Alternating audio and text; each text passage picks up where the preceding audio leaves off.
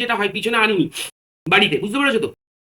তো ভেবেছিলাম যে সমস্যা হবে না, তো প্রথমে ভেবেছিলাম হয়তো আমাকে দেখাই যাবে না গ্রিন স্ক্রিন ছাড়া, কিন্তু ঠিক আছে, কিন্তু যাই হোক না কেন শেষ পর্যন্ত এই আমাকে দেখা যাওয়ার মানে দেখতে পাওয়ার ক্ষেত্রে তোমাদের দিক থেকে কোনো সমস্যা হয়নি। সো ওকে, তাহলে চলো শুরু করা যাক আজকের আমাদের সেশনটা। একদম একদম একদম সৌরভ, আসলে সেই সময়টা সবাই ব্যস্ত থাকেন তো। ঠিক আছে অর্পিত, আমি পজিটিভলি বলে দেবো আরাবুল স্যারের ব্যাপারে, ঠিক আছে? তো চলো আমরা শুরু করি আজকে সেশন। অয়ন, তোমাকে শুভ সন্ধ্যা হয়। তো আজকে আমরা যে টপিকটা পড়বো তোমাদের সাথে সেটা হচ্ছে, সেই টপিকটার নাম হচ্ছে প্রাচীন ভারতের ইতিহাস। টপিকটার নাম হচ্ছে প্রাচীন ভারতের ইতিহাস, এবং এটা আমাদের তৃতীয় পর্ব। খুব ভালো করে শুনবে, তৃতীয় পর্ব। তাহলে আমরা প্রাচীন ভারতের ইতিহাসের তৃতীয় পর্ব নিয়ে আজকে আলোচনা করব।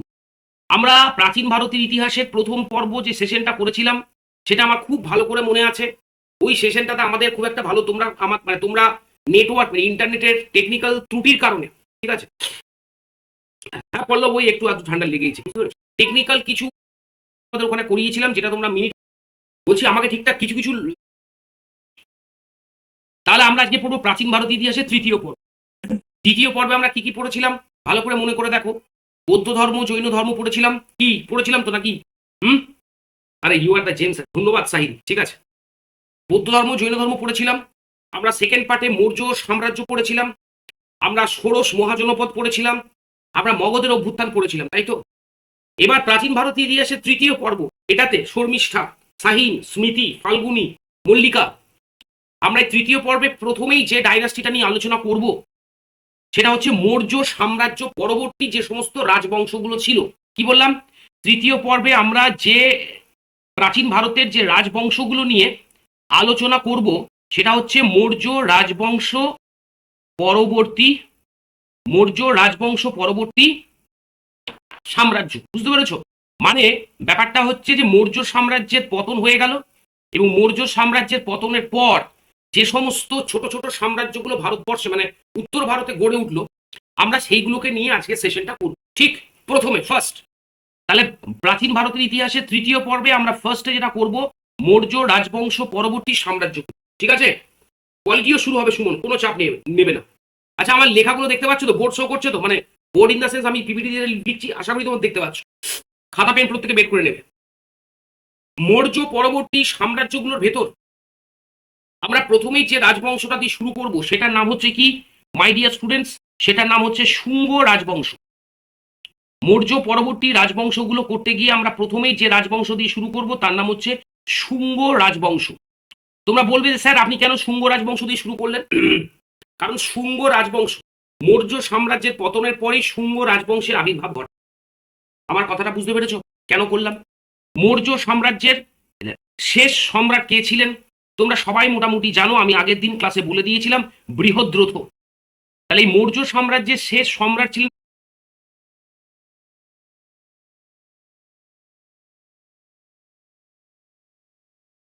বৃহদ্রথ। বৃহদ্রথকে সরিয়ে বৃহদ্রথকে সরিয়ে যে ভদ্রলোক এই শুঙ্গ রাজবংশের পত্তন ঘটান তার নাম হচ্ছে পুষ্যমিত্র শুঙ্গ। কি নাম বললাম? তার নাম কি না, তার নাম হচ্ছে পুষ্যমিত্র শুঙ্গ। তাহলে শুঙ্গ রাজবংশের প্রতিষ্ঠাতার নাম কি মাই ডিয়ার স্টুডেন্টস? শুঙ্গ রাজবংশের প্রতিষ্ঠাতার নাম হচ্ছে পুষ্যমিত্র শুঙ্গ। প্রাচীন ভারতের ইতিহাসের এই রাজবংশগুলো যখন পড়বে, আমি আরেকবার চর্বিত চর্বণ করে দিচ্ছি, সবসময় মনে রাখবে ওই রাজবংশগুলোর প্রতিষ্ঠাতা কারা, রাজবংশগুলোর শ্রেষ্ঠ শাসক কারা, ওই রাজবংশের লাস্ট রুলারকে। তাহলে পুষ্যমিত্র শুঙ্গ তিনি হচ্ছেন শুঙ্গ রাজবংশের প্রতিষ্ঠাতা। তিনি বৃহদ্রথকে হত্যা করেন, এবং হত্যা করে তিনি কিন্তু শুঙ্গ রাজবংশ প্রতিষ্ঠা করেন। তাহলে এখান থেকে দুটো প্রশ্ন আমাদের আমরা খাতায় জাস্ট নোট ডাউন করে নেব। সেটা হচ্ছে প্রথম প্রশ্ন, মৌর্যদের পতনের পর কোন রাজবংশ গড়ে ওঠে? আমরা আনসার করতে পারবো শুঙ্গ। আর যদি বলে শুঙ্গ রাজবংশের প্রতিষ্ঠাতাকে, আমরা উত্তর করতে পারবো কিন্তু পুষ্যমিত্র শুঙ্গ। ক্লিয়ার সবার কাছে? বেশ, এই দুটো এমসিকিউ তোমরা কিন্তু অবশ্যই খাতায় কিন্তু লিখে নিও। এখন যদি নাও পারো, পরে ক্লাস শেষ হয়ে যাওয়ার পর রেকর্ডিং থেকে একটু খাতায় কিন্তু নোট ডাউন করে নিও। শুঙ্গ রাজবংশের এই যে পুষ্যমিত্র শুঙ্গ, এই ভদ্রলোক সম্পর্কে আরো দুটো ইনফরমেশন দেব। এই দুটো ইনফরমেশন তোমরা কাইন্ডলি খাতায় লিখে রাখবে। দুটো ইনফরমেশন দেব, মানে টোটাল পুষ্যমিত্র শুঙ্গ থেকে তিনটে ইনফরমেশন আমরা পাবো। একটা ইতিমধ্যে পেয়ে গেছি, তিনি হচ্ছেন শুঙ্গ রাজবংশের প্রতিষ্ঠাতা। দ্বিতীয় যে ইনফরমেশনটা দেব এই পুষ্যমিত্র শুঙ্গ সম্পর্কে, দ্যাট ইজ ভেরি ইম্পর্টেন্ট। ইনি হচ্ছেন প্রাচীন ভারতের প্রথম রাজা যিনি অশ্বমেধের যজ্ঞ করেছিলেন। তাহলে এটা তোমরা খাতায় প্রত্যেকে লিখে রাখবে। যদি প্রশ্নটা দেয় যে প্রাচীন ভারতের কোন রাজা প্রথম অশ্বমেধের যজ্ঞ করেছিলেন, তাহলে স্যার উত্তর হচ্ছে পুষ্যমিত্র শুঙ্গ। ক্লিয়ার? ঠিক আছে মোহাম্মদ ফাহিম শেখ, আমি অবশ্যই কোনো না কোনো একটা দিন তোমার প্রশ্নের উত্তর দেবো। ঠিক আছে, ফাহিম শেখ আবার সে প্রশ্ন করেছে, কিন্তু এই প্রশ্নটা এই মুহূর্তে এখানে প্রাসঙ্গিক নয়। ঠিক আছে, পুষ্যমিত্র শুঙ্গ তিনি অশ্বমেধের যজ্ঞ করেছিলেন, প্রাচীন ভারতের প্রথম রাজা। সবাই এটা খাতায় লিখে রাখবে। ঠিক, দ্বিতীয় যে ইনফরমেশনটা দেব, তিনি মানে পুষ্যমিত্র শুঙ্গ তিনি নাকি বৌদ্ধ ধর্ম বিদ্বেষী ছিলেন। কি বললাম? বৌদ্ধ ধর্ম বিদ্বেষী ছিলেন, অর্থাৎ পুষ্যমিত্র শুঙ্গ নাকি বৌদ্ধ ধর্মকে বা বৌদ্ধ ধর্মকে একদম পছন্দ করতেন না। এই দুটো ইনফরমেশন তোমরা খাতায় লিখে রাখবে। এই দুটো এই ইনফোগুলোই কিন্তু পরীক্ষাতে দেয়। কি বললাম বুঝতে পেরেছো তো? বেশ, শুঙ্গ রাজবংশের আরো একজন রাজার নাম আমি বলবো। সেই রাজার নাম হচ্ছে অগ্নিমিত্র। মাই ডিয়ার স্টুডেন্টস, পুষ্যমিত্রর পর তিনি সিংহাসনে বসেন। এই অগ্নিমিত্র কেন বিখ্যাত জানো? শুঙ্গ রাজবংশে আরো একজন রাজা আছেন অগ্নিমিত্র। এই অগ্নিমিত্র কেন বিখ্যাত জানো? এই অগ্নিমিত্র তিনি এই অগ্নিমিত্রের সঙ্গে মালবিকা বলে একটি রাজকন্যার বিয়ে হয়েছিল। তো অগ্নিমিত্রের সঙ্গে মালবিকার যে ভালোবাসার সম্পর্ক, অগ্নিমিত্রর সঙ্গে মালবিকার এই যে ভালোবাসার সম্পর্ক, এর ওপর প্রাচীন ভারতের একটি বিখ্যাত কাব্যগ্রন্থ রচিত হয়েছিল, যে কাব্যগ্রন্থটির নাম হচ্ছে মালবিকাগ্নি মিত্রম। মনে থাকবে কি বললাম? মালবিকাগ্নি মিত্রম। এই মালবিকাগ্নি মিত্রম কে রচনা করেছিলেন তোমরা জানো? সংস্কৃত ভাষার মহাকবি যাকে বলা হয় কালিদাস। তাহলে যদি আমাদেরকে পরীক্ষায় প্রশ্ন দেয় মালবিকাগ্নি মিত্রম কাব্যটি কে রচনা করেন, আমরা সবাই উত্তর করতে পারবো কালিদাস। যদি প্রশ্ন দেয় যে মালবিকাগ্নি মিত্রম নাটকের কেন্দ্রীয় চরিত্র কে ছিলেন, আমরা উত্তর করতে পারবো মালবিকাগ্নি মিত্রম নাটকের কেন্দ্রীয় চরিত্র ছিলেন অগ্নিমিত্র। ক্লিয়ার সবার কাছে? ক্লিয়ার? আচ্ছা, এরপর এই শুঙ্গদের থেকে আরো একটা ভীষণ গুরুত্বপূর্ণ একটা প্রশ্ন আসে। ভীষণ গুরুত্বপূর্ণ একটা প্রশ্ন আসে, সেই প্রশ্নটা আমি তোমাদের কাছে রাখবো। মাই ডিয়ার স্টুডেন্টস, তোমাদেরকে বলে রাখি যেটা শুঙ্গদের একজন রাজা ছিলেন যার নাম ছিল ভাগভদ্র। শুঙ্গদের একজন রাজা ছিলেন যার নাম ছিল ভাগভদ্র। এই যে ভাগভদ্রের নাম লিখেছি। ইনি রাজত্ব করতেন কোথায়? মধ্যপ্রদেশের বিদিশাতে। বুঝতে পেরেছো? ভাগভদ্র রাজত্ব করতেন কোথায় মাই ডিয়ার স্টুডেন্টস? মধ্যপ্রদেশের বিদিশাতে। ঠিক আছে, বিদিশাতে। তো এই বিদিশাকে বলা যেতে পারে তোমার হচ্ছে প্রাচীনকালে বলা হতো বেশনগর। কি বলা হতো? বলা হতো বেশনগর। খেয়াল রাখবে, যেটা বিদিশা আমাদের এমপিতে রয়েছে বেশনগর বলা হতো। এখন ব্যাপার যেটা হচ্ছে যে সেটা হচ্ছে এই ভাগভদ্র যিনি শুঙ্গ রাজা, তার সঙ্গে গ্রিক রাজার নাম ছিল অ্যান্টিয়াল সিডাস। তোমাদেরকে বলে রাখি, এত কঠিন নাম তোমাদের মনে রাখার কোনো প্রয়োজন নেই, পরীক্ষাতে আসবে না। অ্যান্টিয়াল সিডাস নামটা যথেষ্ট কঠিন, মনে রাখতে যথেষ্ট তোমাদের অসুবিধা হতে পারে। আমি তাই লিখে অবশ্য দিলাম, কিন্তু আমি দায়িত্ব নিয়ে বলছি অ্যান্টিয়াল সিডাসের নামটা জীবনেও পরীক্ষাতে আসবে না। তো এই গ্রিক রাজা অ্যান্টিয়াল সিডাসের সঙ্গে ভাগভদ্রের খুব ভালো একটা সম্পর্ক ছিল। দেখবে এখন যেমন কি হয়, তোমরা প্রায়শই দেখবে খবরে যে বিদেশি দেশ থেকে রাষ্ট্রদূতেরা আসেন ভারত, আবার ভারতের যারা রাষ্ট্রদূত তারা আবার বিভিন্ন ফরেন কান্ট্রিতে যায়। তো প্রাচীনকাল থেকেই বিভিন্ন দেশের ভেতরে দূত বিনিময়ের একটা কিন্তু প্রথা ছিল। অ্যান্টিয়াল সিডাসের দূত হিসেবে, গ্রিক দূত হিসেবে যিনি ভারতে মানে আমাদের ওই মধ্যপ্রদেশে যিনি এসেছিলেন, তার নাম ছিল মাই ডিয়ার স্টুডেন্টস হেলিওডোরাস। এই নামটা তোমাদের কিন্তু কষ্ট করে হলেও মনে রাখতে হবে। এই হেলিওডোরাস বা হেলিওডোরাস হয়কার লয়হস্যি ও ডয়কার রয়াকার দন্তস। অ্যান্টিয়াল সিডাসের দূত হিসেবে হেলিওডোরাস ইনি কিন্তু মধ্যপ্রদেশের বেশনগরে আসেন। গ্রিক এসে এই হেলিওডোরাস তিনি বৈষ্ণব ধর্ম গ্রহণ করেন এবং এই বিদিশা বা যেটাকে আজকের দিনে বেশনগর বলা হয়, তিনি সেখানে একটা স্তম্ভ, যেটাকে আমরা পিলার বলে থাকি, একটা স্তম্ভ খোদাই করেন, একটা পিলার বা একটা স্তম্ভ তৈরি করেন। ক্লিয়ার? এবং সেই স্তম্ভের গায়ে কি রয়েছে জানো? গরুর। তোমরা প্রত্যেকেই জানো ভগবান বিষ্ণুর প্রতীক হচ্ছেন, বাহন হচ্ছেন গরু। এই গরুরের মূর্তি তিনি কিন্তু অঙ্কন করেন। এই পিলারটা যেহেতু মধ্যপ্রদেশের এই পিলারটা যেহেতু মধ্যপ্রদেশে বিদিশাতে রয়েছে, যে বিদিশার আজকের নাম বেশনগর, তাই এই পিলারটাকে বলা হয় বেশনগর পিলার ইনস্ক্রিপশন। আমি কি বোঝাতে পেরেছি মাই ডিয়ার স্টুডেন্টস? তাহলে যদি তোমাদেরকে জিজ্ঞাসা করা হয় যে বেশনগর পিলার ইনস্ক্রিপশন কে তৈরি করেন, উত্তর কি হবে? উত্তর কি হবে? বেশনগর পিলার ইনস্ক্রিপশন বা বেশনগর স্তম্ভলেখ কে তৈরি করেন? উত্তর কি হবে? Heliodorus, right? যদি বলে হেলিওডোরাস কে ছিলেন? গ্রিক দূত। ক্লিয়ার? যদি বলে মধ্যপ্রদেশ, এই বেশনগর কোথায় অবস্থিত? বর্তমানে মধ্যপ্রদেশে অবস্থিত। যদি বলে এই বেশনগর স্তম্ভ লেখ কোন রাজার সময় তৈরি করা হয়েছিল, উত্তর হচ্ছে শুঙ্গ রাজা ভাগভদ্র। আর যদি বলে বেশনগর পিলার এই স্তম্ভ লেখতে কোন প্রাণীর প্রতিকৃতি অঙ্কন রয়েছে, উত্তর কি হবে? গরুর। ক্লিয়ার সবার কাছে? একটা ইনফরমেশন কতগুলো তথ্য, মানে কতগুলো প্রশ্ন হতে পারে। পাবনি বলছে আলাদা করে মুখস্থ করতে হবে। ধন্যবাদ পাবনি। ক্লিয়ার সবার কাছে? তো এইভাবে পড়তে শিখ। একটা ইনফরমেশন, সেই ইনফরমেশনের উপর ভিত্তি করে তার থেকে কতগুলো এমসিকিউ হতে পারে, সবগুলো তোমাদের করি। এর বাইরে কোনো প্রশ্ন আসবে না আশা করি, দায়িত্ব নেই বলছি। ক্লিয়ার? এই হচ্ছে মোটামুটি শুঙ্গ রাজাদের গল্প। এবার তোমরা বলবে যেটা, যে স্যার আপনি তো বলেছেন যে যখন প্রাচীন ভারতের কোনো রাজবংশ পড়বে তখন সবসময় চেষ্টা করবে সেই রাজবংশের প্রতিষ্ঠাতা এবং শেষ শাসকের নাম। তাহলে স্যার শুঙ্গ বংশের শেষ রাজাকে? মনে রাখবে মাই ডিয়ার স্টুডেন্টস, শুঙ্গ রাজবংশের শেষ রাজার নাম হচ্ছে দেবভূতি। খাতায় প্রত্যেকে লিখে রেখে দাও, দেবভূতি নি হচ্ছেন শুঙ্গ রাজবংশের শেষ শাসক। ক্লিয়ার সবার কাছে? শুঙ্গদের আমলে মাই ডিয়ার স্টুডেন্টস আমরা বলতে পারি যেটা হয়েছিল সেটা হচ্ছিল সাঁচির স্তূপ। আমাদের যে সাঁচি রয়েছে না, যেটা আমাদের মধ্যপ্রদেশে রয়েছে, অশোক এই সাঁচির স্তূপটা তৈরি করেছিলেন শুঙ্গদের আমলে। সাঁচির স্তূপটা আয়তনটা বাড়ানো হয়েছে। কি বললাম বুঝতে পেরেছো? সাঁচির স্তূপের আয়তনটা বাড়ানো হয়েছিল শুঙ্গদের। কিন্তু এটা যদি প্রশ্ন দেয় যে সাঁচির স্তূপ কে তৈরি করেছেন, তাহলে অবভিয়াসলি উত্তর হচ্ছে অশোক। আর সাঁচির স্তূপকে এক্সপ্যান্ডেড করা হয়েছিল, বাড়ানো হয়েছিল সাঁচির স্তূপটা। এটার উত্তর হবে কারা? যদি বলে সাঁচির স্তূপ কোন রাজবংশের আমলে এটাকে বাড়ানো হয়েছিল, তাহলে উত্তর অবশ্যই শুঙ্গরা। ক্লিয়ার সবার কাছে? বেশ, এবার আসো শুঙ্গদের পর আমরা নেক্সট যে রাজবংশটা নিয়ে আলোচনা করব সেটা কাহ্ন। কয়াকার দন্তন্য বয়। এই কাহ্ন রাজবংশ কেন? কারণ শুঙ্গরা শেষ হলো, কাহ্নদের গল্প শুরু। আর কাহ্নদের থেকে দুটো ইনফরমেশন সেফ তোমরা মনে রাখবে। নাম্বার ওয়ান, কাহ্ন ডাইনাস্টির প্রতিষ্ঠাতাকে? মাই ডিয়ার স্টুডেন্টস, কাহ্ন ডাইনাস্টির প্রতিষ্ঠাতা হচ্ছেন বাসুদেব কাহ্ন। খুব ভালো করে মনে রাখবে, এই বাসুদেব কাহ্ন তিনি হচ্ছেন কাহ্ন রাজবংশের প্রতিষ্ঠাতা। ক্লিয়ার সবার কাছে?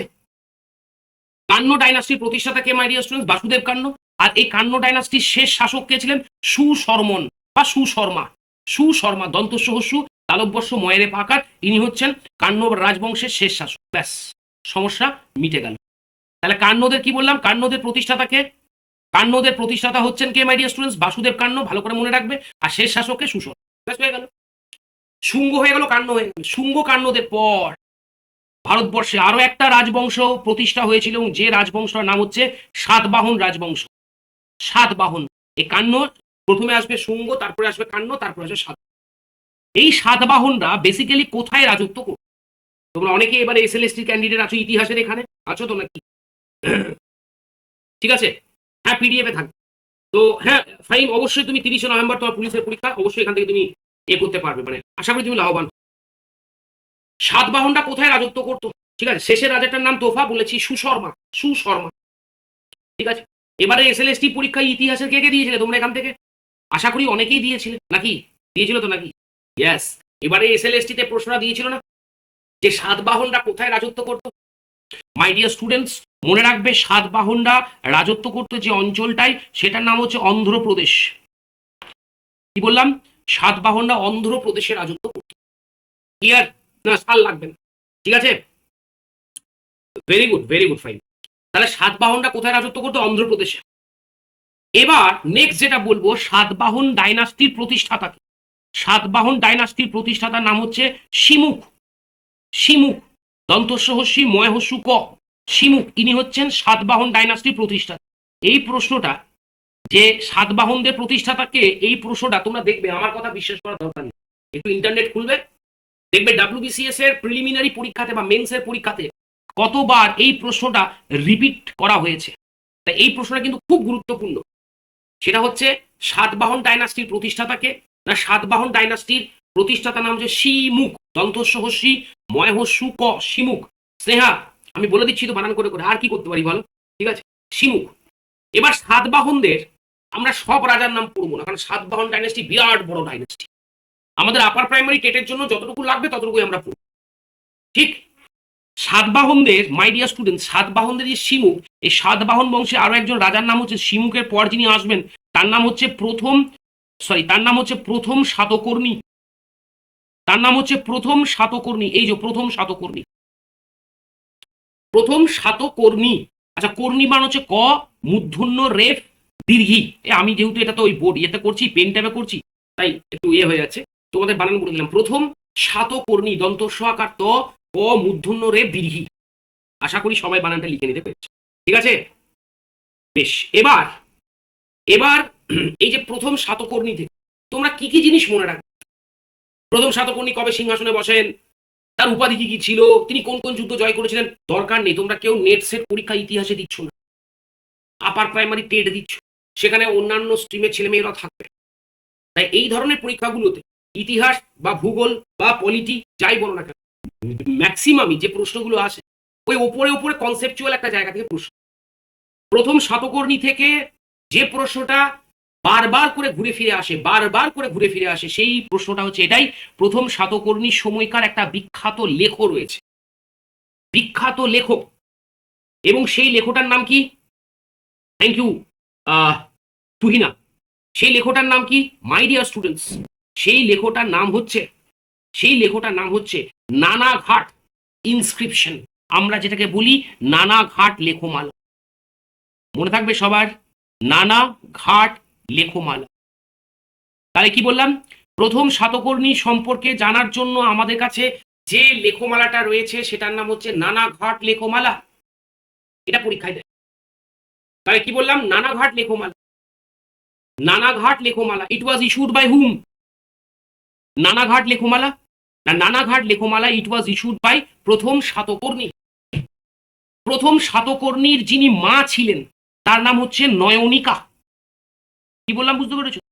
প্রথম সাতকর্ণী, সরি ভুল বললাম, প্রথম সাতকর্ণী যিনি স্ত্রী ছিলেন তার নাম ছিল নয়নিকা বা নাগনিকা। তো প্রথম সাতকর্ণীর স্ত্রী যার নাম নয়নিকা বা নাগনিকা, তিনি এই নানাঘাট লেখমালাটা তৈরি করেছিলেন বা রচনা করেছিলেন। কি আর সবার কাছে, তাহলে আমরা এটুকু জেনে নিলাম যে সেটা হচ্ছে নানাঘাট লেখমালা থেকে প্রাচীন ভারতের কোন রাজার ইতিহাস জানা যায়। আনসার করতে পারবো সবাই? প্রথম সাতকর্ণী। যদি বলে নানাঘাট লেখমালা কার দ্বারা রচিত হয়েছিল, নয়নিকা বা নাগনিকা, এই নামটা তোমাদের মনে রাখবে। তিনি প্রথম সাতকর্ণীর স্ত্রী ছিলেন, এটা আমরা সবাই মোটামুটি জেনে গেছি। আশা করি এই অবধি প্রত্যেকে বুঝতে পেরেছ। সাতবাহন বংশের শ্রেষ্ঠ রাজা কে ছিল? মাই ডিয়ার স্টুডেন্টস, আমি একটু স্লাইডটা চেঞ্জ করি। সাতবাহন বংশের শ্রেষ্ঠ রাজার নাম, যার নাম হচ্ছে গৌতমী পুত্র সাতকর্ণী। এই গৌতমী পুত্র সাতকর্ণী, এই যে ভদ্রলোকের নাম আমি লিখেছি, ইনি হচ্ছেন সাতবাহন বংশের সর্বশ্রেষ্ঠ রাজা, আমরা যেটাকে বলে থাকি গ্রেটেস্ট রুলার। গৌতমী পুত্র সাতকর্ণী, নামটা দেখো কি অদ্ভুত না, গৌতমী পুত্র। এখান থেকে একটা প্রশ্ন দেয়, বলে প্রশ্নটা এইভাবে আসে, প্রাচীন ভারতের কোন রাজারা প্রথম তাদের নামের আগে তাদের মায়ের নাম ব্যবহার করার প্রথা শুরু করেছিল? মনে রাখবে, প্রাচীন ভারতের যে রাজারা নামের আগে তাদের নিজেদের মায়ের নাম ব্যবহার করা শুরু করেছিল, সাতবাহন। এবং ইনি না, এই প্রথম সাতকর্ণী থেকে ইনি হচ্ছেন প্রথম সাতকর্ণীর ছেলে সাইমা, ইনি হচ্ছেন প্রথম সাতকর্ণীর ছেলে, মানে প্রথম সাতকর্ণীর উত্তরাধিকারী। এবং দেখো ইনি কি করেছেন, ইনি গৌতমী পুত্র, অর্থাৎ তার নিজের নামের আগে তার মায়ের নাম ব্যবহার করেছেন। তাহলে যদি প্রশ্ন দেয় যে প্রাচীন ভারতে কোন রাজবংশের রাজারা প্রথম তাদের নিজেদের নামের আগে তাদের মায়ের নাম ব্যবহার করা শুরু করেন, দ্য আনসার ইজ সাতবাহন। এবং এটা কে করেছিলেন? গৌতমীপুত্র সাতকর্ণী। ক্লিয়ার? গৌতমীপুত্র সাতকর্ণীর সম্পর্কে জানার জন্য একটা বিখ্যাত লেখমালা রয়েছে, এবং সেই লেখমালাটার নাম হচ্ছে নাসিক প্রশস্তি। সেই লেখমালাটার নাম হচ্ছে নাসিক প্রশস্তি। সবাই খুব ভালো করে মনে রাখবে, এটা খুব গুরুত্বপূর্ণ একটা কিন্তু লেখমালা। এই যে Nasik Prashasti, my dear students, Nasik Prashasti এটা হচ্ছে গৌতমীপুত্র সাতকর্ণীর ইতিহাস সম্পর্কে জানার জন্য সবচেয়ে গুরুত্বপূর্ণ ঐতিহাসিক উপাদান। এই নাসিক প্রশস্তি যিনি রচনা করেছিলেন তিনি হচ্ছেন গৌতমীপুত্র সাতকর্ণীর মা, তার মায়ের নাম হচ্ছে গৌতমী বলশ্রী। কি বললাম? তার মায়ের নাম কি? তার মায়ের নাম হচ্ছে গৌতমী বলশ্রী। তাহলে এই নাসিক প্রশস্তি, কি বললাম, এই নাসিক প্রশস্তি কে রচনা করেন? এই নাসিক প্রশস্তি রচনা করেন গৌতমী বলশ্রী। কে এই গৌতমী বলশ্রী? তার মা, মানে গৌতমীপুত্র সাতকর্ণীর মা হচ্ছেন Gautami Balashri. Is it understood? কি আর সবার কাছে? এছাড়া গৌতমীপুত্র সাতকর্ণীর বহু যুদ্ধ আছে, দরকার নেই তোমাদের জানা, ঠিক আছে? তো এটা তোমরা কাইন্ডলি একটু মনে রাখবে। গৌতমী বলশ্রী তিনি কিন্তু এই নাসিক প্রশস্তি রচনা করেন, এবং এখান থেকে আমরা কিন্তু গৌতমীপুত্র সাতকর্ণীর কি বলবো যে যাবতীয় ইনফরমেশন যেটা রয়েছে সেটা আমরা কিন্তু জানতে। কি আর মাই ডিয়ার স্টুডেন্টস, বেশ, এবার আমরা আসবো সাতবাহনদের শেষ শাসক কে ছিল। মাই ডিয়ার স্টুডেন্টস, খুব ভালো করে মনে রাখবে যে সেটা হচ্ছে সাতবাহনদের শেষ শাসক। দেখো, সাতবাহনদের শেষ শাসকের নাম হচ্ছে যজ্ঞশ্রী শ্রী সাতকর্ণী। যজ্ঞশ্রী সাতকর্ণী, এই যজ্ঞশ্রী সাতকর্ণী ইনি হচ্ছেন কিন্তু সাতবাহনদের শেষ শাসক, last ruler of the Satavahana dynasty. কি বললাম? সাতবাহনদের এই বংশের শেষ শাসকের নাম হচ্ছে যজ্ঞশ্রী সাতকর্ণী। এই যে ইনি হচ্ছেন কিন্তু সাতবাহনদের শেষ শাসক, মনে থাকবে সবার। যদি অনেক জায়গায় বলা হয় থাকে বিজয় সাতকর্ণীর নাম, কিন্তু তোমরা যদি অপশনে থাকে যজ্ঞশ্রী সাতকর্ণী, অবভিয়াসলি যজ্ঞশ্রী সাতকর্ণী নামটাই তোমরা কিন্তু, ঠিক আছে? আশা করি তোমাদেরকে বোঝাতে পেরেছি আমি সাতবাহন ডাইনাস্টির কথা, ঠিক আছে মাই ডিয়ার স্টুডেন্টস? বেশ, এবার আমরা আসবো সেটা হচ্ছে যে সাতবাহনদের পর প্রাচীন ভারতে আরো একটা গুরুত্বপূর্ণ রাজবংশ নিয়ে আলোচনা করব।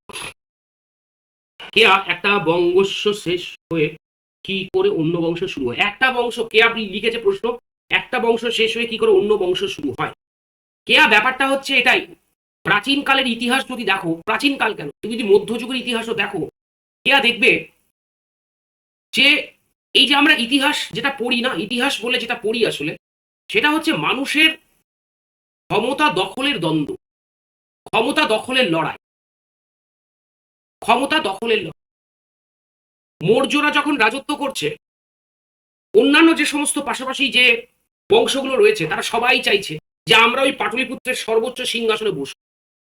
সেটা করতে হলে কি করতে হবে? মৌর্যদেরকে সরাতে হবে। শেষ মৌর্য শাসক কে আছেন? বৃহদ্রথ। তিনি যেই তার কর্ম, তার যে যোগ্যতা, তিনি সেখান থেকে কর্মচ্যুতি ঘটে গেল, মানে তিনি তার যে দায়িত্ববোধ থেকে তিনি যখন একটু পদচ্যুতি ঘটে গেল, তিনি যখন অকর্মণ্য শাসক হিসেবে তাকে দেখা গেল, অমনি ওই যে যারা স্বপ্ন দেখছিল যে আমরা মৌর্যদেরকে সরিয়ে পাটলিপুত্রের সর্বোচ্চ সিংহাসন দখল করব, তারা বৃহদ্রথকে সরিয়ে দিয়ে তাদের রাজবংশ প্রতিষ্ঠা। কি বললাম বুঝতে পেরেছো?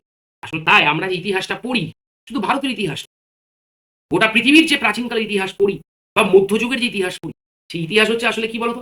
ক্ষমতা দখলের লড়াই, ক্ষমতা দখলের লড়াইয়ের কাহিনী। এইভাবেই একটার পর একটা রাজবংশ কিন্তু এসেছে। আমি কি বোঝাতে পেরেছি কেয়া তোমার প্রশ্নের উত্তর?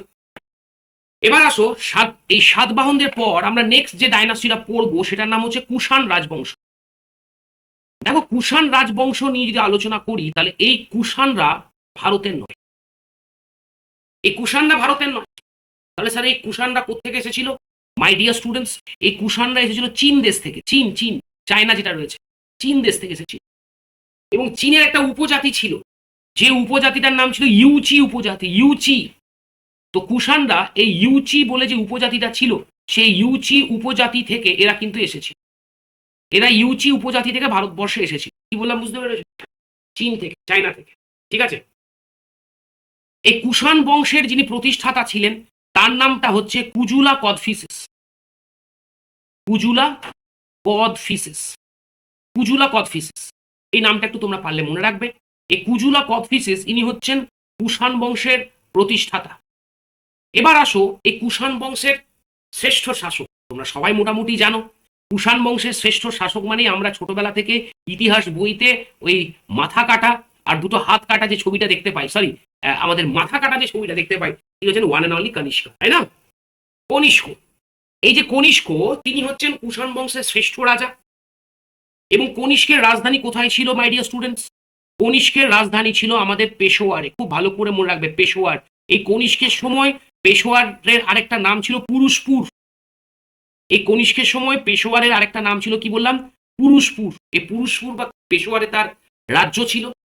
এবং অশোক এর নাম তোমরা সবাই বৌদ্ধ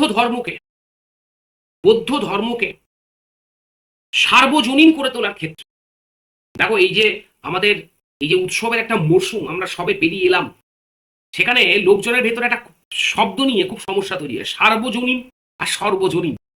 বড় বড় যে পুজো মণ্ডপগুলো থাকে তারাও কিন্তু এই সাধারণ ভুলটা করে, সার্বজনীন আর সর্বজনীন। ঠিক আছে? আচ্ছা, দেখতে পাচ্ছ তো কোথাও কোনো প্রবলেম হচ্ছে না তো? কোনো সমস্যা হচ্ছে না তো? সব ঠিকঠাক দেখতে পাচ্ছ তো? ঝটপট বলো তো। ওকে। তো এই যে আমি বললাম সার্বজনীন মানে কি জানো তো? সার্বজনীন মানে হচ্ছে সবার জন্য। আর সর্বজনীন মানে কি জানো? যেটা বহুকাল ধরে প্রচলিত। ঠিক আছে? সর্বজনীন।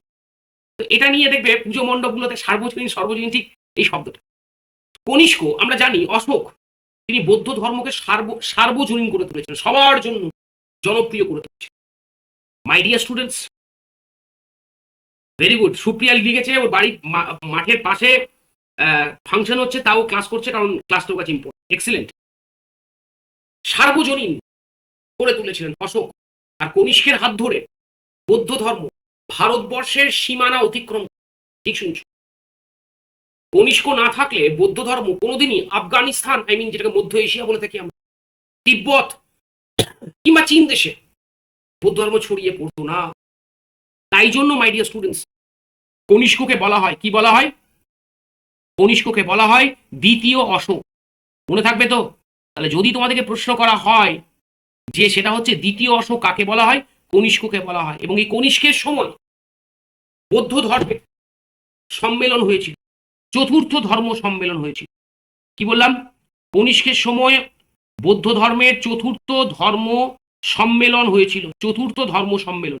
এবং এই চতুর্থ ধর্ম সম্মেলনটা কোথায় হয়েছিল? হয়েছিল কাশ্মীরে। কি বললাম বুঝতে পেরেছ? এবং এই কনিষ্কের সময় বৌদ্ধ ধর্মের একটি শাখা ভীষণভাবে জনপ্রিয়তা পেয়েছিল, তার নাম ছিল মহাযান। তোমরা জানো বৌদ্ধ ধর্মের দুটো শাখা আছে, একটা হীনযান, একটা মহাযান। এই যে মহাযান বলে যে শাখাটা রয়েছে মাই ডিয়ার স্টুডেন্টস, এই মহাযান শাখাটা কনিষ্কের সময় ভীষণভাবে কিন্তু জনপ্রিয় হয়েছিল। আর এই কনিষ্কের যে রাজসভা ছিল, সেই রাজসভার একজন বিখ্যাত কবির নাম ছিল অশ্ব ঘোষ। এবং এই অশ্ব ঘোষের লেখা একটা বই রয়েছে, যে বইটার নাম হচ্ছে বুদ্ধচরিত। তোমরা অনেকেই জানো সেই বুদ্ধচরিত বলে লেখা বইটা। সেই বুদ্ধচরিত যেটা অশ্ব ঘোষ রচনা করেছিলেন, এই বুদ্ধচরিত গৌতম বুদ্ধের জীবনাদর্শ যেটা রয়েছে, সেই জীবন দর্শের উপর কিন্তু বা জীবন কাহিনীর উপর কিন্তু রচিত। Clear my dear students? আর হ্যাঁ, কনিষ্ক তিনি কিন্তু ৭৮ খ্রিস্টাব্দে, তিনি যেহেতু ৭৮ খ্রিস্টাব্দে সিংহাসনে বসেন, তাই তিনি ৭৮ খ্রিস্টাব্দে যে জিনিসটা চালু করেছিলেন সেটার নাম হচ্ছে শকাব্দ। তাহলে এটা মনে রাখবে, শকাব্দ কে চালু করেন মাই ডিয়ার স্টুডেন্টস? ঠিক আছে, সেটা হচ্ছে কনিষ্ক চালু করেন। শকাব্দ কেন চালু করেন? কারণ তিনি ৭৮ খ্রিস্টাব্দে সিংহাসনে বসেন, সেটাকে স্মরণীয় করে রাখার জন্য তিনি শকাব্দ। ঠিক আছে? ওকে, মাধাই চন্দ্র, ধন্যবাদ। ঠিক আছে, ইয়েস। আচ্ছা, রামচরিত মানুষ আমি অবশ্যই বলে দেবো ফাইল। ঠিক আছে, এই অবধি আশা করি বুঝতে পেরেছো। তাহলে আমাদের শুঙ্গ, কাণ্য, সাতবাহন এবং কুষাণ যুগ হয়ে গেল। এবার আমরা আসবো গুপ্ত যুগের ক্ষেত্রে। প্রাচীন ভারতের একটা অত্যন্ত গুরুত্বপূর্ণ রাজবংশ ছিল গুপ্ত যুগ মাই ডিয়ার স্টুডেন্টস। এবার আসো এই গুপ্ত যুগ নিয়ে। ঠিক একইভাবে মাই ডিয়ার স্টুডেন্টস, খুব ভালো করে মনে রাখবে, এই যে গুপ্ত যুগ, এই গুপ্ত যুগে কি বলা হয় জানো? প্রথম ইনফরমেশন, এই গুপ্ত যুগকে বলা হয় প্রাচীন ভারতের ইতিহাসের সুবর্ণ যুগ, মানে গোল্ডেন পিরিয়ড। খাতায় প্রত্যেকে লিখে রাখবে। যদি বলে যে প্রাচীন ভারতের কোন রাজবংশকে বলা হয় গুপ্ত যুগ, প্রাচীন ভারতের সুবর্ণ যুগ, উত্তরটা হচ্ছে গুপ্ত যুগ। গুপ্ত যুগকে বলা হয় প্রাচীন ভারতের সুবর্ণ যুগ বা গোল্ডেন পিরিয়ড। এই গুপ্ত সাম্রাজ্যের প্রতিষ্ঠাতাকে অবশ্যই ভালো করে মনে রাখতে হবে আমাদেরকে। এই গুপ্ত সাম্রাজ্যের যিনি প্রতিষ্ঠাতা তার নাম হচ্ছেন শ্রীগুপ্ত। এই যে আমি খাতা এখানে লিখে দিয়েছি শ্রীগুপ্ত। এই শ্রীগুপ্ত ইনি হচ্ছেন গুপ্ত সাম্রাজ্যের প্রতিষ্ঠাতা। শ্রীগুপ্ত হচ্ছেন গুপ্ত সাম্রাজ্যের প্রতিষ্ঠাতা। খেয়াল থাকবে সবার। কিন্তু যদি বলে কোন গুপ্ত সম্রাট প্রথম মহারাজা ধীরাজ উপাধি গ্রহণ করেছিলেন, আমি কেন এই প্রশ্নটা বললাম বলো? এই প্রশ্নটা বহুবার বিভিন্ন পরীক্ষায় এসেছে। এই যে ভদ্রলোক শ্রীগুপ্ত, যিনি গুপ্ত সাম্রাজ্যের প্রতিষ্ঠাতা, এই ভদ্রলোক যে উপাধিটা নিয়েছিলেন সেটা হচ্ছে মহারাজা। ইনি মহারাজ উপাধিটা নিয়েছিলেন, মহারাজা উপাধি নিয়েছিলেন। কিন্তু প্রথম যে গুপ্ত সম্রাট মহারাজা ধীরাজ উপাধি গ্রহণ করেছেন তার নাম হচ্ছে প্রথম চন্দ্রগুপ্ত। মনে থাকবে আমাদের সবার, মাই ডিয়ার স্টুডেন্টস, মনে থাকবে। তাহলে প্রথম যে গুপ্ত সম্রাট আমরা বললাম মহারাজা ধীরাজ উপাধি গ্রহণ করেছিলেন, মহারাজা ধীরাজ উপাধি গ্রহণ করেছিলেন, তার নাম হচ্ছে প্রথম Chandragupta. Clear my dear students? এবং প্রথম চন্দ্রগুপ্ত তিনিও একটা নতুন তারিখ চালু করেছিলেন যেটার নাম ছিল গুপ্তাব্দ। লিখে রেখে দাও, গুপ্তাব্দ তিনি চালু করেছিলেন। ঠিক আছে, প্রথম চন্দ্রগুপ্ত তিনি যেমন শকাব্দ চালু করেছিলেন আমাদের ভদ্রলোক কনিষ্ক, তিনি প্রথম চন্দ্রগুপ্ত তিনি কিন্তু যেটা চালু করেছিলেন, প্রথম চন্দ্রগুপ্ত তিনি যেটা চালু করেছিলেন সেটা কি মাই ডিয়ার স্টুডেন্টস? গুপ্তাব্দ। ঠিক আছে, এবার তোমরা বলবে স্যার গুপ্তাব্দ এটা কেন, কি না প্রথম চন্দ্রগুপ্ত 320 খ্রিস্টাব্দে এই ভদ্রলোক 320 খ্রিস্টাব্দে সিংহাসনে বসলেন আর বললেন যে এখন থেকে আমি আমার এই সিংহাসন আরোহণকে স্মরণীয় করে রাখার জন্য, ঠিক আছে, স্মরণীয় করে রাখার জন্য তিনি কিন্তু এই গুপ্তাব্দ চালু। তাহলে কনিষ্ক শকাব্দ কবে থেকে চালু করেছেন? 78 খ্রিস্টাব্দ। প্রথম চন্দ্রগুপ্ত গুপ্তাব্দ কবে থেকে চালু করেছেন? 320 খ্রিস্টাব্দ। Is it understood my dear students? সবাই বুঝতে পেরেছো? সাইমা বুঝতে পেরেছো? এবার আসো গুপ্ত যুগের আরো একজন বিখ্যাত সম্রাটের নাম, স্লাইডটা একটু চেঞ্জ করে। গুপ্ত যুগের আরো একজন বিখ্যাত সম্রাটের নাম, এবং সেই সম্রাটের কথা বলতে গেলে বলতেই হয় তার নাম হচ্ছেন, ভদ্রলোকের নাম হচ্ছেন সমুদ্রগুপ্ত। এই সমুদ্রগুপ্ত কি বললাম? এই সমুদ্রগুপ্তকে কি বলা হয় মাই ডিয়ার স্টুডেন্টস? এই সমুদ্রগুপ্তকে বলা হয় ভারতের নেপোলিয়ান। বহুবার বিভিন্ন পরীক্ষায় প্রশ্নটা কিন্তু ঘুরে ফিরে এসেছে। তাকে বলা হয় ভারতের নেপোলিয়ান। যারা অন্যান্য সাবজেক্টের স্টুডেন্ট তারা প্লিজ এই ইনফরমেশনটা খাতায় লিখে রাখবে। ভারতের নেপোলিয়ান বলা হয়। কে বলেছেন সমুদ্রগুপ্তকে ভারতের নেপোলিয়ান? মাই ডিয়ার স্টুডেন্ট, সমুদ্রগুপ্তকে ভারতের নেপোলিয়ান যিনি বলেছেন তিনি হচ্ছেন ভিনসেন্ট স্মিথ। এই ভিনসেন্ট স্মিথ সাহেব তিনি সমুদ্রগুপ্তকে বলেছেন ভারতের নেপোলিয়ান। খেয়াল থাকবে সবার, ভিনসেন্ট স্মিথ বলেছেন সমুদ্রগুপ্তকে ভারতের নেপোলিয়ান। ঠিক, এটা মনে রাখবে। কেন বলেছেন? সমুদ্রগুপ্ত প্রচুর তিনি যুদ্ধ করতে ভালোবাসেন। ঠিক আছে, তিনি যুদ্ধ করেছেন, ভালো করেছেন, এই জন্য তাকে কিন্তু ভারতের নেপোলিয়ান বলা হয়। সমুদ্রগুপ্ত হচ্ছেন সেই গুপ্ত সম্রাট যিনি কিন্তু খুব ভালো করে বীণা বাজাতে পারেন। শুনে রাখো, এটা মনে রাখবে। সমুদ্রগুপ্ত হচ্ছেন সেই গুপ্ত সম্রাট যিনি খুব ভালো করে বীণা বাজাতে পারতেন। তার বীণা বাজানোর ছবি আমরা তার যে মুদ্রা রয়েছে, তার যে কয়েন, সেই কয়েনে দেখতে পাচ্ছি তিনি খুব ভালো করে কিন্তু বীণা বাজাচ্ছেন। এরপর গুপ্ত যুগের আরো একজন আমরা বিখ্যাত সম্রাটের কথা বলবো যিনি হচ্ছেন গুপ্ত সাম্রাজ্যের সর্বশ্রেষ্ঠ শাসক। শুনে রাখো, এটা কিন্তু ছেলেমেয়েরা ভুল করে দেয়, ভাবে যেহেতু সমুদ্রগুপ্ত যুদ্ধ করেছেন তো তাই সমুদ্রগুপ্ত হবেন গুপ্ত সাম্রাজ্যের সর্বশ্রেষ্ঠ শাসক। না, যিনি গুপ্ত সাম্রাজ্যের সর্বশ্রেষ্ঠ শাসক তার নাম হচ্ছেন দ্বিতীয় চন্দ্রগুপ্ত। খুব ভালো করে মনে রাখবে, এই দ্বিতীয় চন্দ্রগুপ্ত হচ্ছেন গুপ্ত সাম্রাজ্য, তিনি হচ্ছেন সর্বশ্রেষ্ঠ শাসক। এই দ্বিতীয় চন্দ্রগুপ্তের আরো একটা উপাধি হচ্ছে বিক্রমাদিত্য। পরীক্ষায় আসে। বিক্রমাদিত্য কার উপাধি ছিল? বিক্রমাদিত্য দ্বিতীয় চন্দ্রগুপ্তের উপাধি ছিল। দ্বিতীয় চন্দ্রগুপ্ত বিক্রমাদিত্য নামে কিন্তু পরিচিত ছিলেন।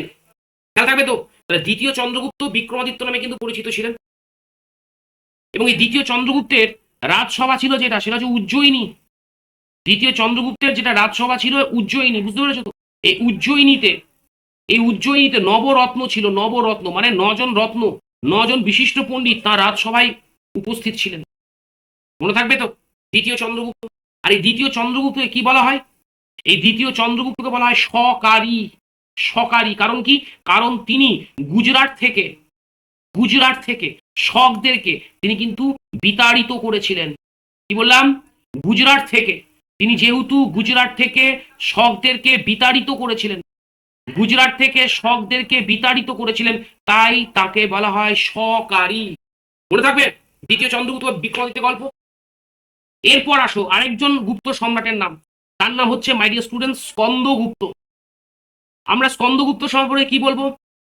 আমরা স্কন্দগুপ্ত সম্পর্কে যে কথাটা বলবো, এই স্কন্দগুপ্ত তার সবচেয়ে বড় মানে কি বলবো, তার সবচেয়ে বড় কৃতিত্ব এটাই তিনি হুন আক্রমণ প্রতিহত করেন। খুব ভালো করে মনে রাখবে, যে গুপ্ত সম্রাট, মাই ডিয়ার স্টুডেন্টস, যে গুপ্ত সম্রাট হুন আক্রমণ প্রতিহত করেন তার নাম কি? যে গুপ্ত সম্রাট হুন আক্রমণ প্রতিহত করেন তার নাম হচ্ছে স্কন্দগুপ্ত, মনে রাখবে। এর পাশাপাশি আমরা আরো একজন, আচ্ছা দ্বিতীয় চন্দ্রগুপ্তের পর আরো একজন গুপ্ত সম্রাটের নাম বলে দিই, তার নাম হচ্ছে কুমারগুপ্ত। এই কুমারগুপ্ত থেকে একটা ইম্পর্টেন্ট ইনফরমেশন, এই কুমারগুপ্ত তিনি প্রাচীন ভারতের একটা বিখ্যাত বিশ্ববিদ্যালয় যেটার নাম ছিল নালন্দা বিশ্ববিদ্যালয়, সেই নালন্দা বিশ্ববিদ্যালয় তিনি কিন্তু প্রতিষ্ঠা করেন, মনে রাখবে। তিনি নালন্দা বিশ্ববিদ্যালয় তিনি কিন্তু প্রতিষ্ঠা করেন, ঠিক এটা মনে রাখবে। নালন্দা বিশ্ববিদ্যালয়কে প্রাচীন ভারতের অক্সফোর্ডের সঙ্গে তোমার তুলনা করা হয়। আর স্কন্দগুপ্ত তাকে বলা হয় ভারতের রক্ষাকারী, কারণ তিনি হুন আক্রমণ প্রতিহত করছেন, ঠিক। দ্বিতীয় কুমারগুপ্ত না, প্রথম কুমারগুপ্ত তিনি নালন্দা বিশ্ববিদ্যালয় প্রতিষ্ঠা করেন। যে বইতে দেওয়া আছে দ্বিতীয় কুমারগুপ্ত নালন্দা বিশ্ববিদ্যালয় প্রতিষ্ঠান, পড়বে না সেই বই, সেই বইতে প্রচুর ভুল ইনফরমেশন দেওয়া আছে। বাপি ভাই, আগে থিওরি পড়াতে দাও, তারপর এমসিকিউ। আগে থিওরি না পড়লে এমসিকিউ কি করে হবে, তাই না? নালন্দা বিশ্ববিদ্যালয় বর্তমানে বিহারে রয়েছে ভাই, বিহারে রয়েছে, বুঝতে পেরেছো কি বললাম? এটা হচ্ছে ঘটনা। এবার যেটা বলবো সেটা হচ্ছে গুপ্ত ডাইনাস্টির শেষ শাসকের নাম। মাই ডিয়ার স্টুডেন্টস, খুব ভালো করে মনে রাখবে, গুপ্ত বংশের শেষ শাসকের নাম ছিল বিষ্ণুগুপ্ত। কি বললাম? গুপ্ত ডাইনাস্টির শেষ শাসকের নাম কি বললাম? বিষ্ণুগুপ্ত। খেয়াল থাকবে তো, এই গুপ্ত ডাইনাস্টির শেষ শাসকের নাম হচ্ছে বিষ্ণুগুপ্ত। হলো? গুপ্তদের পর আমরা লাস্ট দুটো ডাইনাস্টি পড়বো, একটা হচ্ছে পাল ডাইনাস্টি, পাল রাজবংশ। এই পাল রাজবংশের প্রতিষ্ঠাতার নাম হচ্ছে গোপাল, খেয়াল থাকবে তো। এবং এই পাল বংশ এরা বাংলাতে রাজত্ব করত। কি বললাম? পাল বংশের প্রতিষ্ঠাতাকে, পাল বংশের প্রতিষ্ঠাতা হচ্ছেন গোপাল, ঠিক আছে? পাল বংশের প্রতিষ্ঠাতা হচ্ছেন গোপাল। আর এই পাল বংশের আগে বাংলাতে যিনি প্রথম রাজত্ব করেছেন তার নাম হচ্ছে শশাঙ্ক। দয়া করে শশাঙ্কের নামটা তোমরা মনে রাখবে। শশাঙ্ক ইনি হচ্ছেন বাংলার প্রথম সার্বভৌম রাজা, এটা আমাদের পরীক্ষায় কিন্তু দেয়। বাংলার প্রথম সার্বভৌম রাজার নাম কি মাই ডিয়ার স্টুডেন্টস? বাংলার প্রথম সার্বভৌম রাজার নাম শশাঙ্ক। শশাঙ্কের রাজধানী কোথায় ছিল? গৌড় বা কর্ণ সুবর্ণ। এই গৌড় বা কর্ণ সুবর্ণ এটা ছিল কিন্তু শশাঙ্কের রাজধানী, ঠিক আছে? এই শশাঙ্ক হচ্ছেন বাংলার প্রথম সার্বভৌম রাজা। তাই দয়া করে ভুল মানে এই জিনিসটা ভালো করে মনে রাখবে যে বাংলার প্রথম সার্বভৌম রাজা কে ছিলেন? বাংলার প্রথম সার্বভৌম রাজা ছিলেন শশাঙ্ক, তার রাজধানী ছিল গৌড় বা কর্ণ সুবর্ণ। শশাঙ্কের মৃত্যুর পর সারা বাংলা জুড়ে এক ভয়ঙ্কর অরাজক পরিস্থিতি। এই অরাজক পরিস্থিতিটাকে বলা হয়েছে কি জানো? এই অরাজক পরিস্থিতিটাকে বলা হয়েছে মাৎস্যর ন্যায়। মাই ডিয়ার স্টুডেন্টস, মাৎস্যর ন্যায় মানে, মাৎস্যর ন্যায় মানে হচ্ছে যেমন পুকুরে বড় মাছ ছোট মাছকে খেয়ে ফেলে, তেমনি দুর্বলের ওপর সবলের অত্যাচার এই সময়টাতে কার্যত স্বাভাবিক হয়ে ওঠে। সেই কারণের জন্যই শশাঙ্কের মৃত্যুর পর এই মাৎস্যর ন্যায় থেকে বাংলার মানুষকে বাঁচানোর জন্যই বাংলার জনগণ গোপালকে রাজা হিসেবে কি করেছিলেন? নির্বাচিত করেছিলেন। নির্বাচিত, বুঝতে পেরেছ? যে বাংলা জুড়ে যে ভয়ঙ্কর অরাজকতা চলছে তার হাত থেকে বাঁচার জন্য বাংলার জনগণ গোপালকে রাজা হিসেবে নির্বাচিত করেছিলেন। That means my dear students, Gopal হচ্ছেন বাংলার প্রথম নির্বাচিত কি রাজা। গোপালের পর যিনি আসেন এই পাল বংশের, তার নাম ছিল ধর্মপাল। এই ধর্মপাল থেকে তোমরা দুটো ইনফরমেশন খুব ভালো করে মনে রাখবে। ধর্মপাল দুটো বৌদ্ধবিহার তৈরি করেছিল। একটা হচ্ছে বিক্রমশিলা বৌদ্ধবিহার, এই বিক্রমশিলা বৌদ্ধবিহার, এবং আরেকটা হচ্ছে সোমপুরী বৌদ্ধবিহার। এই দুটো বৌদ্ধবিহার কিন্তু তৈরি করেছিলেন ধর্মপাল। সবার মনে থাকবে তো? তাহলে কি বললাম? বিক্রমশিলা বৌদ্ধবিহার এবং সোমপুরী বৌদ্ধবিহার, সালের দরকার নেই, ঠিক আছে? এবং এই মাৎস্যন্যায় চৈতালি চলেছিল প্রায় 200 বছরেরও বেশি সময়। তাহলে বিক্রমশিলা এবং সোমপুরী এই দুটো বৌদ্ধবিহার, বিক্রমশিলা এবং সোমপুরী এই দুটো বৌদ্ধবিহারই কিন্তু তৈরি করেছিলেন ধর্মপাল, মনে থাকবে তো? এই পাল বংশের পরবর্তী যে সমস্ত রাজারা ছিলেন তাদের মধ্যে অন্যতম একজন গুরুত্বপূর্ণ রাজা ছিলেন মদন পাল। এই মদন পালের নামটা আমি কেন লিখলাম জানো? এই যে মদন পাল বলে ভদ্রলোক, এই মদন পাল, এনার যিনি সভাকবি ছিলেন তার নাম ছিল সন্ধ্যাকর নন্দী। এই মদন পালের সভাকবি ছিলেন সন্ধ্যাকর নন্দী, এবং সন্ধ্যাকর নন্দী তিনি একটা সংস্কৃত ভাষায় একটা কাব্য রচনা করেছিলেন, যে কাব্যটার নাম হচ্ছে রামচরিত, মনে থাকবে তো? সার্বভৌম মানে রিয়া, হচ্ছে তোমার হচ্ছে স্বাধীন শাসক, ঠিক আছে। আর বৈশাখী অদন্তপুরীটা অ্যাকচুয়ালি গোপাল তৈরি করেছেন, গোপাল। তাহলে কি বললাম, সন্ধ্যাকর নন্দী তিনি রামচরিত রচনা করেন, রামচরিত মানস কিন্তু নয়। তাহলে সন্ধ্যাকর নন্দী কার সভাকবি ছিলেন? মদন পালের সভাকবি ছিলেন। রামচরিত কে রচনা করেন? সন্ধ্যাকর নন্দী। আরেকটা এই রামচরিত থেকেই প্রশ্ন দেয়, রামচরিত মানসকে রচনা করেন, রামচরিত মানসকে রচনা করেন। তাহলে কি বললাম, রামচরিত মানসকে রচনা করেন, এটা রচনা করেছিলেন রামচরিত মানস রচনা করেছিলেন তুলসীদাস, এবং সেটা তিনি রচনা করেছিলেন আমাদের আকবরের সময়। আকবরের নাম জানো সবাই? পড়াবো তোমাদের। এই মুঘল সম্রাট আকবর, আকবরের সময় তুলসীদাস তিনি সংস্কৃত ব্রজবুলি ভাষায় এই রামচরিত মানস তিনি কিন্তু রচনা করেছেন, ঠিক আছে। না, মদন পাল আর রামপাল এক ব্যক্তি ছিলেন না। মদন পালের সভাকবি ছিলেন রামপাল, সরি তোমার সন্ধ্যাকর নন্দী, তিনি রামচরিত মানস রচনা করেছিলেন রামপালকে কিন্তু, ঠিক। এবার আসো সেন বংশ। সেন বংশ যদি বলো তাহলে বললাম যে এটা সেন বংশ। তাহলে সেন বংশের শাসকের নাম হচ্ছে তোমার তোমার হচ্ছে আমাদের হেমন্ত সেন, ঠিক আছে। হেমন্ত সেন হচ্ছেন সেন বংশের ফাউন্ডার। আর সেন বংশের লাস্ট রুলার যিনি ছিলেন তিনি হচ্ছেন লক্ষণ সেন। কারণ এই লক্ষণ সেনের আমলে কি হয়েছিল জানো? এই যে লক্ষণ সেন, এই লক্ষণ সেনের আমলে কিন্তু বাংলাতে কি হয়েছিল? এই লক্ষণ সেনের আমলে বাংলায় কিন্তু তুর্কি আক্রমণ ঘটেছিল, ঠিক আছে। বাংলায় তুর্কি আক্রমণ ঘটেছিল এই লক্ষণ সেনের আমলে, ঠিক আছে। এই লক্ষণ সেন আমলে কিন্তু বাংলায় তুর্কি আক্রমণ ঘটেছিল। যে ভদ্রলোকের নাম ছিল ইখতিয়ার উদ্দিন মোহাম্মদ বিন বখতিয়ার খলজি, সেই ইখতিয়ার উদ্দিন মোহাম্মদ বিন বখতিয়ার খলজি লক্ষণ সেনের আমলে তিনি কিন্তু বিহার আক্রমণ করেন, এবং সেখানে তিনি কিন্তু নালন্দা মহাবিহার যেটা রয়েছে ধ্বংস করেন। এবং তারপর তিনি আমাদের লক্ষণ সেনের রাজধানী ছিল কোথায় জানো? আমাদের আজকের যেটা নবদ্বীপ, সেই নবদ্বীপ পর্যন্ত তিনি আসেন লক্ষণ, এবং তিনি সঙ্গে মাত্র 18 জন অশ্বারোহীকে নিয়ে এসেছিলেন। 18 জন অশ্বারোহীকে নিয়ে তিনি লক্ষণ সেনের রাজধানী নবদ্বীপ দখল করেন, এবং এইভাবেই বাংলাতে কিন্তু তুর্কি মানে আমাদের সেন বংশের অবসান ঘটে, এবং তোমরা বলতে পারো তুর্কি আধিপত্যের সূচনা। আজকের আলোচনা এই পর্যন্ত। আশা করি আমি তোমাদেরকে বোঝাতে পেরেছি। যদি কারো কোনো প্রশ্ন থাকে তোমরা অবশ্যই প্রশ্ন করতে পারো, ঠিক আছে। আচ্ছা সুপর্ণা, আমি আশা করি তোমার আনসার দিতে পেরেছি। ফাহিম, তুমি আমাকে বলেছিলে যে স্যার মদন পাল এই রামচরিত মানস, আশা করি আমি তোমার প্রশ্নের আনসার দিতে পেরেছি। আর চোল বংশ রাষ্ট্রকূট আর পল্লব এই তিনটে বংশ বাকি থাকলো দক্ষিণ ভারতে। চোল, রাষ্ট্রকূট আর পল্লব এই তিনটে বংশ যেদিন আমি হরপ্পার ক্লাসটা তোমাদের করাবো সেখানে এই তিনটে ডাইনাস্টিকে অ্যাড করবে, ঠিক আছে। নালন্দা বিশ্ববিদ্যালয়ের নাম বর্তমানে আমাদের এই নালন্দা বিশ্ববিদ্যালয় এখনো রয়েছে, এবং এটার নাম আর চেঞ্জ করে কি, এটার নাম সেই নালন্দা বিশ্ববিদ্যালয়, যেহেতু এটা নালন্দাতে অবস্থিত তাই এটার নাম তাই এটার নাম হচ্ছে নালন্দা বিশ্ববিদ্যালয়। বল্লাল সেন তো একটা কারণের জন্য বিখ্যাত, কৌলিন্য প্রথা তিনি প্রবর্তন করেছেন, দিস ইজ ওয়াই বললাম না, ঠিক আছে। সেন বংশের একজন রাজাই বিখ্যাত লক্ষণ সেন, এবং লক্ষণ সেনেরই শোনো আরেকটা জিনিস বলে দিই, লক্ষণ সেনের রাজধানী লক্ষণ সেনের রাজসভায় কিন্তু জয়দেব ছিলেন। লক্ষণ সেনের রাজসভায় জয়দেব ছিলেন, এবং ওই জয়দেব তোমরা বোধহয় সবাই জানো, জয়দেব তিনি গীত গোবিন্দ যেটা বলে সেই গীত গোবিন্দ তিনি কিন্তু রচনা করেছেন, ঠিক আছে।